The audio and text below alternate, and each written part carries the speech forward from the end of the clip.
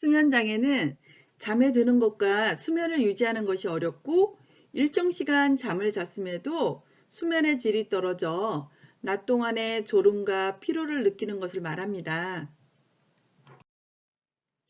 수면장애 중 이것은 무엇일까요? 수면장애 중 이것이 심해지면 뇌 혈류량 감소 및 뇌의 산소 공급이 부족해서 뇌출혈, 뇌경색 등의 뇌졸중 위험이 높아지고요. 심장에 부담이 생겨 협심증이나 부정맥, 동맥경화 등이 나타날 수 있습니다. 혈압이 높아지는 고혈압이 생길 수 있으며 췌장에서 인슐린의 공급 문제에 차질이 생기는 당뇨병이 발생할 수도 있습니다. 또 성욕이 감퇴되거나 발기부전에 문제가 생길 수도 있습니다. 안녕하세요. 엘리 김미선입니다. 이 시간에는 수면장애 중 바로 수면무호흡증에 대해 알아가는 시간을 갖고자 합니다. 여러분은 편안한 잠을 주무시나요? 코를 심하게 고시나요? 아니면 잠을 자는 중간중간 숨을 쉬지 않아 배우자를 걱정시키나요? 심한 코골이나 수면무호흡증은 상시 피곤하고 또 과도한 주간 기면이라는 낮 동안의 졸림증을 유발하는 가장 흔한 기질적인 수면장애입니다. 기도라는 것은 숨이 들고 나는 길인데요. 우리가 깨어있을 땐 근육이 긴장 상태이기 때문에 누워 있어도 기도가 눌리지 않고 형태를 유지합니다. 그런데 잠이 들면 근육이 이완돼서 혀와 턱이 아래로 내려가 기도를 누릅니다. 그렇더라도 정상 수면에서의 우리의 기도는 기도 상태를 유지하고 있어서 잠자면서 이완되더라도 충분히 숨이 오고 갑니다. 그런데 코골이는 혀 처짐이나 편도선 비대와 같은 구강의 이상 등으로 인해서 기도가 50% 이상 좁아지면서 숨 쉴 때마다 주변의 연부 조직을 자극해 진동을 일으켜서 드르렁 드르렁 코 고는 소리가 나는 겁니다. 수면무호흡증은 혀 처짐이나 하악턱의 눌림 등으로 기도가 거의 막혀서 수면 중 숨을 쉴 수가 없는 무호흡 상태나 아니면 숨이 아주 미미하게 드나드는 저호흡 상태를 말합니다. 이렇게 자다가 숨을 못 쉬는 수면 무호흡 상태가 되면 우리 몸은 숨을 쉬라고 뇌에서 교감신경을 흥분시켜서 기도를 자극해 기침을 유발하게 한다거나 해서 잠에서 깨워 숨을 쉬게 합니다.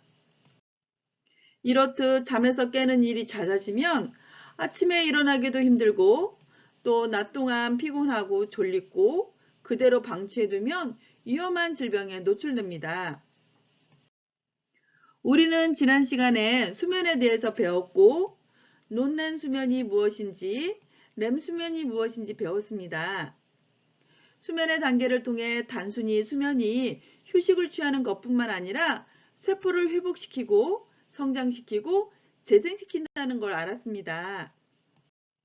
그런데 수면의 장애 때문에 이런 일을 못한다면 당연히 건강을 잃겠지요.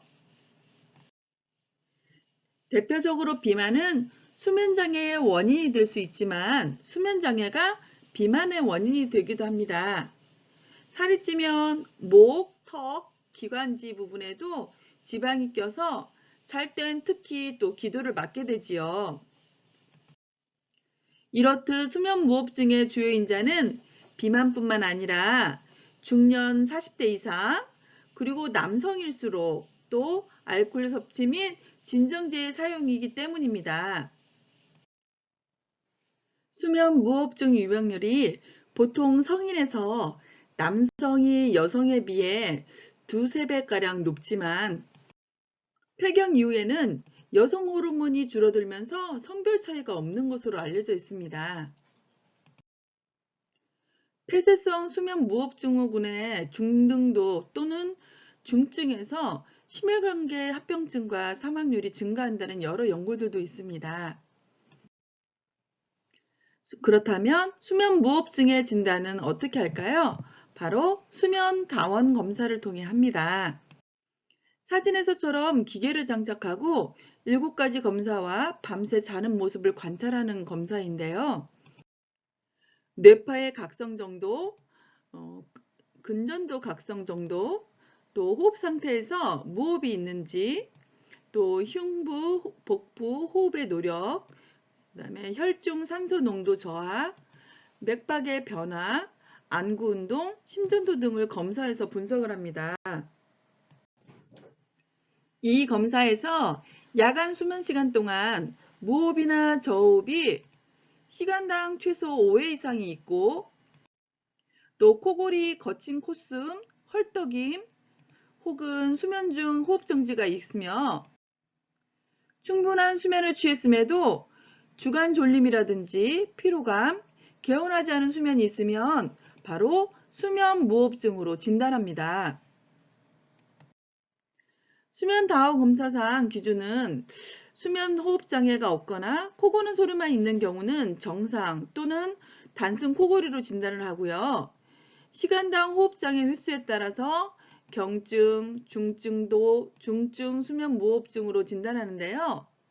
경증 수면 무호흡증은 5회에서 15회 정도 나타났을 때, 중증도는 15회에서 30회 정도, 중증은 30회 이상인 경우로 진단합니다. 그렇다면 수면 무호흡 치료는 어떻게 해야 할까요? 보건복지부와 대한의학회에서는 수면 무호흡의 위험 인자를 제거하는 방법으로 먼저 체중 감소를 위한 규칙적인 운동을 권장하고요. 기도가 늘리지 않도록 옆으로 누워서 머리를 높이고 자도록 하는데요. 또 취침 전에 음주나 안정제를 복용하지 않도록 권장하고 있습니다. 약물 복용이나 양압기 같은 보조기구를 사용하도록 하거나 그래도 치료가 어려우면 수술을 권하기도 합니다. 양압기란 기도를 통해 공기를 지속적인 압력으로 불어넣어 주어 수면 시 좁아진 기도를 효과적으로 넓혀줌으로써 수면 무호흡을 치료하는 기기인데요. 양압기는 착용 형태에 따라 구분하는데 값이 비싸고 착용에 불편함도 있고 기계음이 있다는 단점도 있습니다만 치료 효과가 높고 중추성 수면 무호흡에도 사용할 수 있는 효과 좋은 방법이라고 알려져 있습니다. 지금부터 수면 무호흡 자가진단 테스트를 해보시겠어요? 보통의 이비인후과나 수면 클리닉에서 사용하는 테스트입니다. 문제는 총 12문항입니다. 자신에게 해당하는 문항수를 세면 됩니다. 준비되셨나요? 아침에 일어나면 입안이 말라 있다. 두 번째, 아침에 일어나면 머리가 지끈거린다. 세 번째, 큰 소리로 코를 골며 잔다는 소리를 듣는다. 네 번째, 평상시 낮에도 자주 졸거나 쉽게 잠이 든다.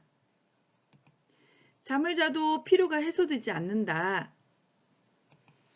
여섯 번째, 아침에 일어나도 개운하지 않다. 일곱 번째, 숨이 차서 자다가 깬다. 여덟 번째, 밤에 소변을 보러 자주 깬다. 아홉 번째, 작은 일에도 짜증이 나거나 우울하다. 열 번째, 자고 일어났을 때 어지럽거나 등에 통증이 있다.